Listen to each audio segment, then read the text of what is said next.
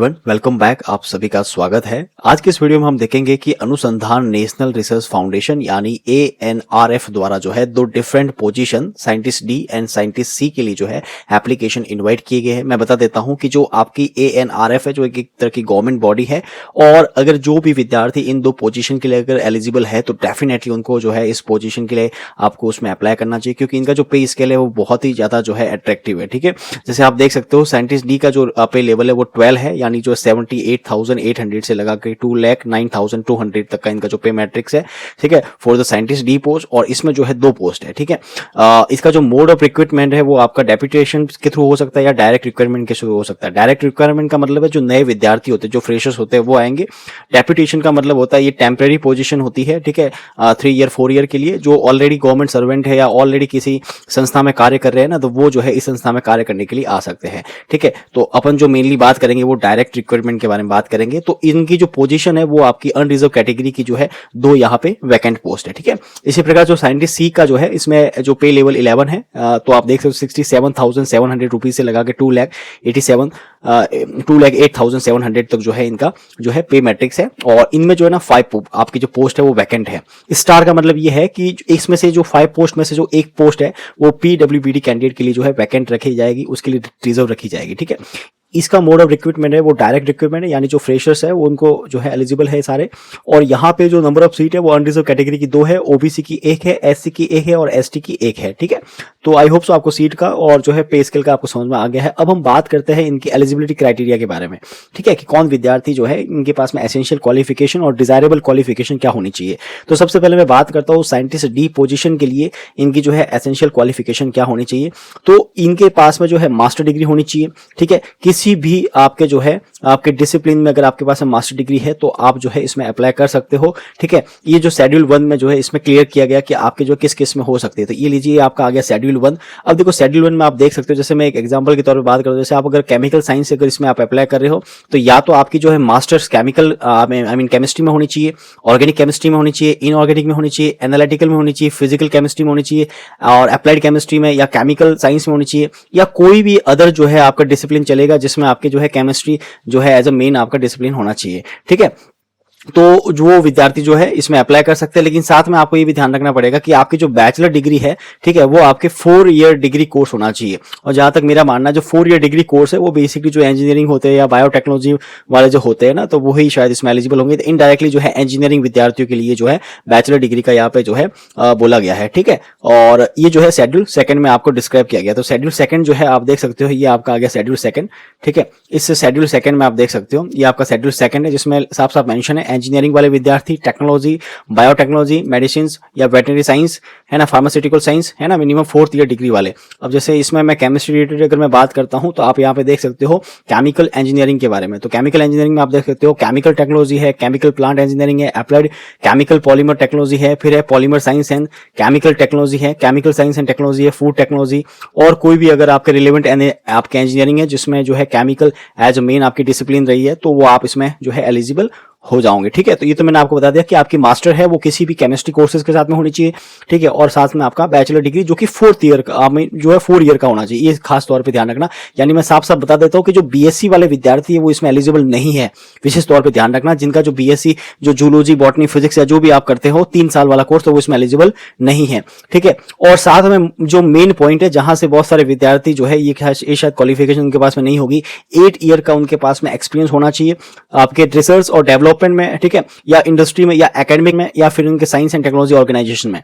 ठीक है, अगर आपके पास में 8 ईयर का एक्सपीरियंस है तो वो सारे विद्यार्थी साइंटिस्ट डी के लिए जो है आप एलिजिबल यहाँ पे रहोगे। ठीक है, तो आप इसमें जो है फॉर्म अप्लाई कर सकते हो। कैसे करना है आपको फॉर्म अप्लाई मैं आपको बताता हूँ, क्योंकि यहाँ पे ऑनलाइन मोड पे फॉर्म अप्लाई नहीं होने वाला है, तो वीडियो को अंत तक देखिएगा, मैं आपको अच्छे से एक्सप्लेन कर दूंगा। अब देखो मैं बताता हूँ, डिजायरेबल क्वालिफिकेशन भी यहाँ पे डिस्क्राइब की गई है। डिजायरेबल क्वालिफिकेशन का बेसिकली मीनिंग ये है कि अगर आपके पास ये क्वालिफिकेशन है देन वेरी गुड, अगर नहीं है तो कोई इशू नहीं, आप इस पोस्ट के लिए एलिजिबल हो, आप इसमें एनरोल कर सकते हो। डिजायरेबल जो क्वालिफिकेशन दो बेसिकली मांगी गई, अगर आपके पास में PhD डिग्री है according to schedule 1 then best है। ठीक है, अगर आपके पास में मास्टर डिग्री है अकॉर्डिंग टू शेड्यूल 2, आप कंफ्यूज मत होना, ये जो मास्टर था ना वो ये जो मास्टर डिग्री वो शेड्यूल 1 के अकॉर्डिंग थी। ठीक है, और ये जो मास्टर डिग्री वो शेड्यूल 2 के अकॉर्डिंग है। ठीक है, तो ये आपके डिजायरेबल क्वालिफिकेशन अगर हो देन कोई इशू नहीं, अगर नहीं हो तो भी कोई इशू नहीं है। ठीक है, और फिर मैं आपको बता देता हूं अच्छा, ये जो चीज है वो ध्यान से देखना, the period spend on obtaining minimum essential educational qualification shall not count toward experience. ठीक है, मतलब जब तक आपकी जो है मिनिमम क्वालिफिकेशन जो है कंप्लीट नहीं हो जाती है, तब उसके बाद का जो है आपके पास में जो भी एक्सपीरियंस होगा वो आपके काउंट होगा, वो ही आपका कंसिडर होगा। ठीक है, ड्यूरिंग आपके मिनिमम एसेंशियल क्वालिफिकेशन के साथ साथ में आपका जो एक्सपीरियंस है वो आपका काउंट नहीं होगा। ये आपको थोड़ा स्पेशली ध्यान रखना है। Experience shall be count only for the employed period and not for the doctorate degree. ठीक है, मतलब आपका जो है जो अभी आपका एक्सपीरियंस होगा वो डॉक्टरेट डिग्री वाला कंसीडर नहीं होगा। आप एज ए एम्प्लॉय कहीं पे वर्क किया है तो वो ही आपका जो है इसमें कंसीडर कर दिया जाएगा। एज लिमिट बता देता हूं, फॉर साइंटिस्ट डी 40 ईयर है, और साथ में आपको एज रिलैक्सेशन भी आपको यहाँ पे मिल जाएगा अकॉर्डिंग टू योर कैटेगरी। ठीक है, फिर बात करते हैं डेप्यूटेशन। ठीक है, डेप्यूटेशन के मैं आपको एक्सप्लेन कर ही दिया है। ठीक है, ये ऑलरेडी गवर्नमेंट सर्वेंट होते हैं, इन्हें जो है टेम्परेरी जो है यहाँ पे जो है इन पोजीशंस के लिए जो है एलिजिबल कर दिया जाता है। ठीक है, तो आप अगर हो तो आप ये डिटेल अच्छे से पढ़ लेना, मैं जो है मेनली सारे इंपॉर्टेंट पॉइंट है वो कवर कर लेता हूं। फिर हम बात करते हैं साइंटिस्ट सी पोजीशन के लिए क्या एसेंशियल क्वालिफिकेशन है। तो मास्टर डिग्री है, शेड्यूल फर्स्ट के अकॉर्डिंग है, किसी भी आपके डिसिप्लिन में हो सकती है। बैचलर डिग्री है, वो भी शेड्यूल सेकंड के अकॉर्डिंग है, 4 ईयर का डिग्री कोर्स आपका होना चाहिए। इसमें जो आपका एक्सपीरियंस मांगा गया है वो 4 ईयर का एक्सपीरियंस मांगा गया है। आपके R&D में, मतलब रिसर्च एंड डेवलपमेंट में, इन द इंडस्ट्री और एकेडमिक इंस्टीट्यूशंस और कोई साइंस एंड टेक्नोलॉजी ऑर्गेनाइजेशन में। ठीक है, डिजायरेबल क्वालिफिकेशन में आप देख सकते हो PhD according to schedule first है, या master degree according to schedule second में, किसी भी आपके डिसिप्लिन में अगर आपके पास में है अगर तो बढ़िया है, अगर नहीं है अगर डिजायरेबल क्वालिफिकेशन तो भी कोई प्रॉब्लम नहीं है। आपको जो है मास्टर डिग्री या बैचलर और ये 4th ईयर का जो एक्सपीरियंस ये आपके जो है बहुत इंपॉर्टेंट यहाँ पे रोल प्ले करता है। ठीक है, तो ये आपके पास में होना चाहिए। ठीक है, इसमें से आपके मतलब कुछ भी एक होना चाहिए, यहाँ पे जो और लिखा है ना इस तरह से, राइट। आगे हम बात करते हैं, और इसकी जो एज लिमिट है, बेसिकली इसकी जो एज लिमिट है फॉर द साइंटिस्ट सी वो है आपकी जो है 35 ईयर है। ठीक है, बाकी आपको एज रिलैक्सेशन के अकॉर्डिंग आपको यहाँ पे जो है एज में वेरिएशन देखने को मिलेगा। जनरल इंस्ट्रक्शंस में मैं आपको बता देता हूँ, एक बार आप अच्छे से इसको पढ़ लेना। मेन पॉइंट बता देते हैं, इंडिया का सिटीजन होना चाहिए तो वो इसमें अप्लाई हो सकता है। ठीक है, तो बेसिकली यहाँ पे जो है इंटरव्यू कंडक्ट करवा दिए जाएंगे। ठीक है, अब जो इंटरव्यू कंडक्ट करवाएंगे वो स्क्रीनिंग कमेटी द्वारा करवाएंगे, वो इंटरनल शॉर्ट लिस्ट करेंगे, प्रोसेस करके आप जब अप्लाई करोगे तो उसमें इंटरनल शॉर्ट लिस्ट होगी, उसके बाद में आपके जो है इंटरव्यू कंडक्ट करवा दिए जाएंगे। ठीक है, अब जो आपकी शॉर्ट लिस्ट होगी वो जो है आपकी क्वालिटी और आपका जो नेचर ऑफ एक्सपीरियंस है उसके बेसिस पे होगा। ठीक है, जो भी आपके जो स्पेसिफिक जॉब रिक्वायरमेंट है उसके अकॉर्डिंग में। ठीक है, तो ये चीज मैंने आप सारी हाईलाइट कर दी है। आप जो है अपना CV जो है वो प्रिपेयर करके रखना। ठीक है, तो ये सारा वही है, CV of the applicant would be examined by the competent committee for screening of the candidate to be called for interview, and selections shall be based on suitable and availability of a better candidate. ठीक है, keeping view of the recruitment and objective of the ANRF. ठीक है, तो ये चीज मैंने explain कर ही दी है। फिर मैं बात करता हूँ कि जो भी आउट स्टेशन वाले जो कैंडिडेट है उनके लिए सेकंड AC रेलवे जो भी आपका शॉर्ट रास्ता होगा ना, जो शॉर्ट रूट होगा उसके लिए जो है उनको ये भत्ता उनको मिल जाएगा। ये आपको जो है इंटरव्यू जब आप देने जाओगे तो आपको जो ये आपको पैसा जो है आपको मिल जाएगा। ठीक है, और द सिलेक्टेड कैंडिडेट है वो आपके जो है इंडिया में कहीं पे भी जो है आपकी सर्विस जो है आपको देनी पड़ेगी। तो ये चीज थोड़ा ध्यान विशेष तौर पे ध्यान रखना। यहाँ पे लिखा है canvassing in any form will result in disqualifications of candidatures. इसका बेसिकली मीनिंग ये है कि अगर मान लो आपके कोई कॉन्टेक्ट वाला या आप ऐसा कुछ ट्राई करते हो जो आपके लिस्ट है उसमें फेरबदल करने का, ठीक है, तो आप जो है डिस्क्वालिफिकेशंस जो है आपका जो है डिस्क्वालीफाइड आप कंसीडर कर दिए जाओगे। ठीक है, तो इसका विशेष तौर पर आपको ध्यान रखना है। ठीक है, तो हाउ टू अप्लाई, आपको इसमें अप्लाई कैसे करना है। ठीक है, जैसे साइंटिस्ट डी के लिए और साइंटिस्ट सी के लिए, तो चलिए मैं आपको एक्सप्लेन करता हूं। तो आपको जो एक फॉर्म फिल करना पड़ेगा। मैं पहले आपको फॉर्म बता देता हूं। अगर आप साइंटिस्ट डी के लिए अगर आप जो है अप्लाई करना चाहते हो कि ये आपका फॉर्म है फॉर साइंटिस्ट डी, ठीक है, तो आपको जो है इस साइंटिस्ट डी और साइंटिस्ट सी का जो आपका फॉर्म है वो सीधा मैं आपको टेलीग्राम चैनल पे इंडिविजुअल PDF बना के दे दूंगा। आपको सीधा डाउनलोड करके वहां से सीधा आपको प्रिंट ही करना है। ठीक है, ये आपको फिल नहीं करना है, ये ऑफिशियली यूज के लिए आपको यहां से स्टार्ट करना है। आपका जो भी पोस्ट है, मोड ऑफ रिक्रूटमेंट वगैरह, ठीक है, आपका फुल नेम ब्लॉक लेटर में और जो भी यहाँ पे रिक्वायरमेंट मांगी गई है, तो ये पूरा जो है आप आई थिंक ये 3-4 पेज का जो है 4 पेज का ये पूरा फॉर्म है। ठीक है, 5 पेज का है, तो ये पूरा आपको फिल कर देना है। और इसी प्रकार से साइंटिस्ट सी का भी फॉर्म दिया हुआ है। तो अगर आप साइंटिस्ट सी के लिए जो रिक्रूटमेंट अगर आप अप्लाई कर रहे हो तो ये साइंटिस्ट सी का जो फॉर्म है वो आपको यहाँ से पूरा फिल कर देना। आपको ये दोनों फॉर्म जो है अलग अलग जो है इसकी PDF मिल जाएगी टेलीग्राम चैनल पे, तो वहां से आप इसको डाउनलोड कर देना। अच्छा, ये जो फॉर्म है वो आपने फिल कर दिया। अब जो आपकी क्वालिफिकेशन थी है ना, वो सारे डॉक्यूमेंट इसके साथ में अटैच करने हैं सेल्फ अटेस्टेड करके।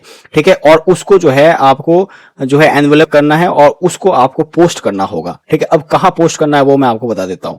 ठीक है, और एक और चीज ध्यान रखना, जब आप फॉर्म फिल करते हो तो उसमें कोई आपको ब्लैंक नहीं छोड़ना है, वहां पे एटलीस्ट आपको क्या लिखना है, आपको नील लिखना है, ठीक है। जो भी कैंडिडेट वर्किंग पोजीशन में है, मतलब कहीं पे भी गवर्नमेंट, नॉन गवर्नमेंट या जो भी जिस बॉडी में वर्क कर रहे हैं, तो वहां पे नो ऑब्जेक्शन सर्टिफिकेट आपको एनओसी का जो है वो भी आप साथ साथ में अटैच करना वहां पे, ठीक है। जो भी आपकी कॉपीज होगी उसको आप सेल्फ अटेस्टेड करके और पूरा जो है आप जो है पूरा आपका जो डेट ऑफ बर्थ है या जो भी आपकी क्वालिफिकेशन जैसे सारे डॉक्यूमेंट आपको अटैच करने हैं और आपको जो है पूरा इसको पूरा जो आपका परफॉर्मा बना करके आपको यहाँ पे द डायरेक्टर अनुसंधान national research foundation 4th floor block 2 technology Bhawan New Mehrauli road New Delhi 110016 यहाँ पे आपको स्पीड पोस्ट करनी है, ठीक है। और उसके ऊपर आपको जो है डिस्क्राइब करना है, वो तो आपको पता ही है, एक उसके ऊपर लाइन और लिख देना application for the post of, जो भी आप इसमें अप्लाई करो, साइंटिस्ट डी के लिए या साइंटिस्ट सी के लिए, ठीक है। अब मैं बात कर लेता हूँ, आई थिंक ये तो आपको समझ में आ गया होगा। अब मैं बात करता हूँ इसकी लास्ट डेट क्या है। देखो इसका जो है एप्लीकेशन जो स्टार्ट हुआ है उसके बाद में 45 डे तक आप कर सकते हो,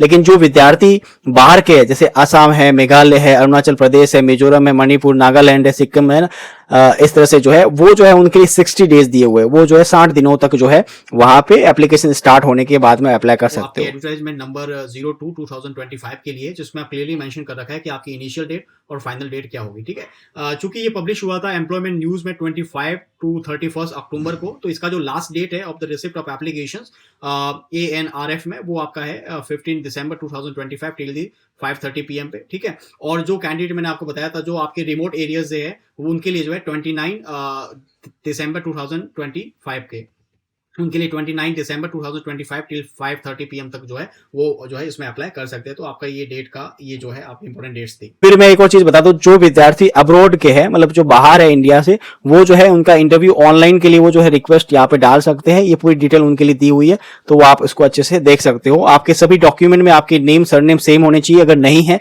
तो उसके डॉक्यूमेंट के साथ में आप एफिडेविट जो है वो डालना मत भूलिएगा, ठीक है। तो और डेट ऑफ बर्थ जो है वो आपके 10th की मार्कशीट के अकॉर्डिंग जो है कैलकुलेट कर दी जाएगी। ये सब चीज जो है मैंने सारी हाईलाइट आपको लिए कर दी है। एज लिमिट मैंने आपको एक्सप्लेन कर ही दिया है, इसमें आपको एज रिलैक्सेशन भी आपको जो है मिल जाएगा, ठीक है। साइंटिस्ट डी पोस्ट के लिए जो है एज रिलैक्सेशन आपको मिल जाएगा। साइंटिस्ट डी पोस्ट के लिए जो आपके डेप्यूटेशन के हैं उनके लिए 56 ईयर है, लेकिन जो बेसिक डायरेक्ट रिक्रूटमेंट वाले जो है उनके लिए 40 ईयर है, उसके साथ में आपको रिलैक्सेशन मिल जाएगा, ठीक है। और 35 ईयर किसके लिए, साइंटिस्ट सी के लिए है, ठीक है। तो आई होप सो आपको ये पूरा इन्फॉर्मेशन जो है वो समझ में आ गई होगी। अगर आ गई है ये इन्फॉर्मेशन आपके लिए हेल्पफुल रही है, then don't forget to subscribe our channel Rohit ji chemistry and share with your friend. Bell icon को भी प्रेस करते रहना ताकि नेक्स्ट जो भी इन्फॉर्मेशन है वो सबसे पहले आपको देखने को मिले, राइट। तब तक के लिए धन्यवाद, जय हिंद। मिलते हैं अगले ही किसी ऐसे ही महत्वपूर्ण वीडियो में। Thank you.